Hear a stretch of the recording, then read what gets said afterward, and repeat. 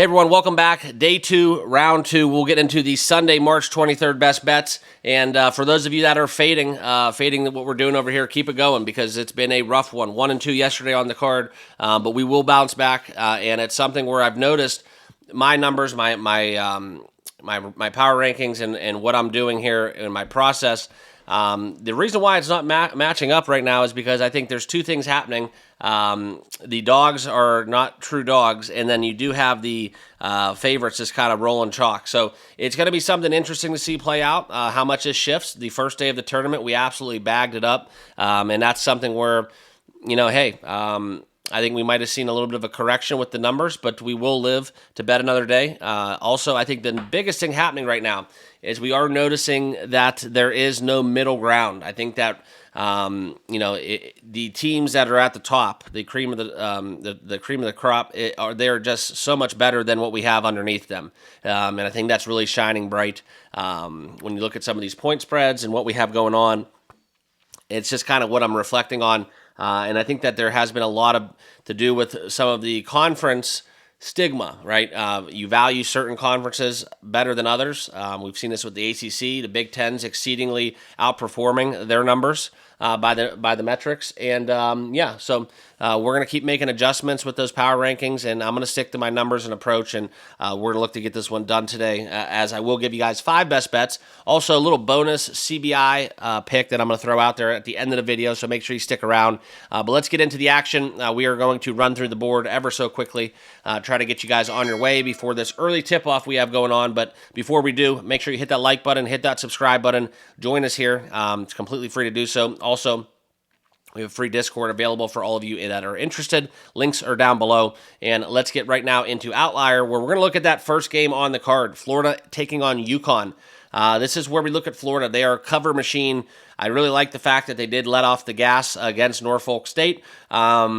I love Danny Hurley as a coach. A lot of people don't, but I do like what Yukon's able to do. 9.5 is double digits, meaning that Florida will win by double digits. We're going to trust here my numbers here that says Florida gets this one done with ease. I think this is a true double-digit win for the Gators. And we're going to start kind of looking at it as such, right? Florida will be my national champion. Yukon, great, awesome. But this is a game where if it wasn't in the tournament, I would have this handicap a little bit higher. I would actually have Florida probably in potentially 12.5. So I'm grabbing some value here with the Gators. You can find a 9 out there. So I did lay a -9 with Florida. Back in the Gators here, and do look for a potential, margin victory here as we look into the early tip-off between Yukon and Florida. Okay. Next, Baylor and Duke. This is where we're going to look into a 2:40 tip-off. Cooper Flagg, he's good to go. Okay, he's good to go. I'm not really kind of concerned about this. I think that Duke will run them out of the building, if we're just being quite honest. The only thing that really does give me worry is the physical factor for the Baylor Bears. If they play a little bit close to the vest and they realize that they are the lesser team, great head coach, I just really worry about kind of these young kids for Duke getting pushed around a little bit. It depends on the whistles. We saw that with the St. John's game. Really threw St. John's off their game. It was a horrible shooting affair for both squads in that contest. But I think that the referees dictated the way the game played out, and it ultimately affected the outcome, in my personal opinion. And looking back, I think that's kind of what we see here. I just worry that they do officiate this game in a way that does impact it. But I can tell you one thing. If you do believe in kind of the masses, they do not want the Baylor Bears advancing. Okay, and right now, Duke, I was able to lay 11.5 with the Blue Devils earlier this morning, and that's going to be my best bet. We're going to stay chalky with that one. I just think that this is a horrible matchup for Baylor. If you look at kind of how Baylor likes to play, this is something where they do not do well when they get down. So if Duke gets out to a hot lead, Duke continues to shoot the 3-ball well. Baylor struggles to kind of handle that. I think this one does get ugly. I personally have Baylor losing. Baylor's lost to a lot of teams by 10 that I would not even power rank anywhere near to where the Blue Devils are. And that's something where I just think that the Blue Devils roll in the spot. I actually kind of like them a little bit more.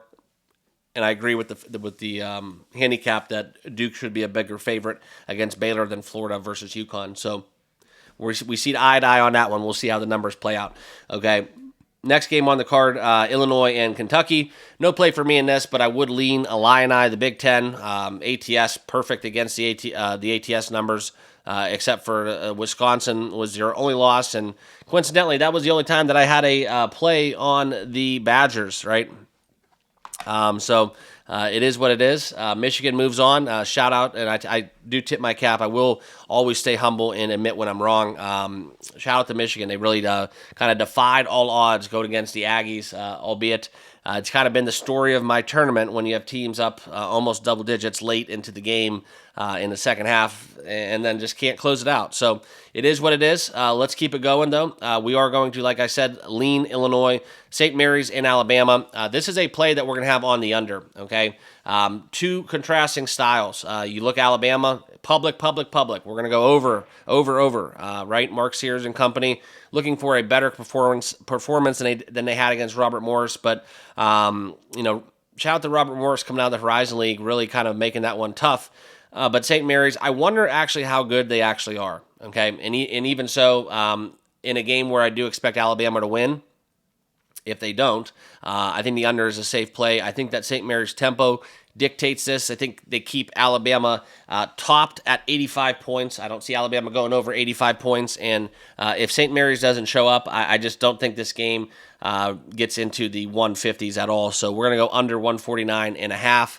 I'm not calling the blowout for Alabama. I'm just saying this could be an ugly game, one-sided, and kind of run away out of the building. So that's kind of where I look for lean Crimson Tide, and we're going to go under 149.5 as a best bet. Okay. Next, Colorado State and Maryland. We're going to continue to lay the chalk. I like Maryland. I got to trust my numbers. I have them at double-digit favorite against Colorado State. I don't believe in the Mountain West. I shout out Colorado State for beating Memphis. That was a pick that hurt me as well. But I just don't think that this is something where, albeit they do have an NBA talent, so does Maryland. Maryland has a lot of offensive players that can get the job done. The defense will be lax, and I think that Maryland really is like I talked to you guys earlier in the season, one of my best bets in the futures market, and this is where I see them advancing wholeheartedly, and I think the 7.5 is too low. So we're going to lay Maryland minus 7.5 as a best bet, minus 110, okay? Next game, Ole Miss, Iowa State. No opinion on this. Really impressed with Mississippi and how they played against North Carolina in that round one matchup. But I'm going to stay away from that game. It's a little fishy for me. Iowa State played outstanding as well, and we're going to have two different styles of basketball clashing once more.